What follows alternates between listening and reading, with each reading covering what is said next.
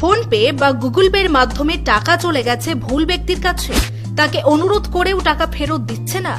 এই মুহূর্তে কি করবেন? বর্তমান সময়ে আমরা বেশিরভাগ মানুষ অনলাইন ট্রানজাকশনের উপর নির্ভরশীল, তবে অনেক সময় ভুল নম্বরে টাকা চলে যায়। তবে এখন আপনি খুব সহজেই আপনার টাকা ফেরত পাবেন। তার জন্য আপনাকে কি করতে হবে দেখে নিন। প্রথমে এনপিসিআই এর অফিসিয়াল ওয়েবসাইটে যেতে হবে। সরকারি এই সংস্থা এই ধরনের অভিযোগ শোনে। ওয়েবসাইটে প্রবেশ করে এরপর সেখানে ইউপিআই পেমেন্টস অপশন আসবে, তার নিচে ট্রানজাকশন অপশন আসবে, ট্রানজাকশনে ক্লিক করতে হবে। এরপর select nature of transaction option আসবে। এবার সেখানে ট্রানজাকশনের সমস্ত তথ্য দিতে হবে। পেমেন্টের স্ক্রিনশট বা রিসিভ কপি এখানে দিতে হবে। যাকে টাকা পাঠিয়ে ফেলেছেন তার নম্বর বা ইউপিআই অ্যাড্রেস দিতে হবে। আপনার ইউপিআই অ্যাড্রেস দিতে হবে।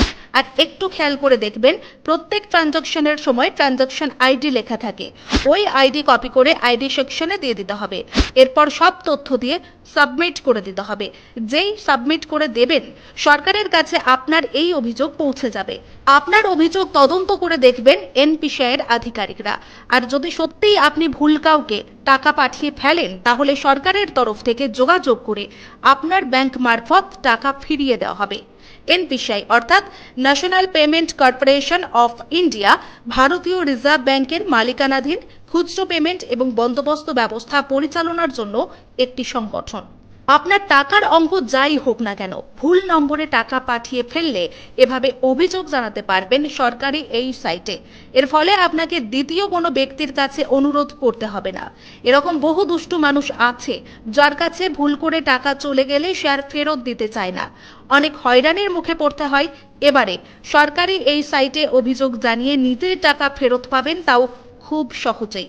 আর আপনিও তো অনলাইন ট্রানজাকশন করেন।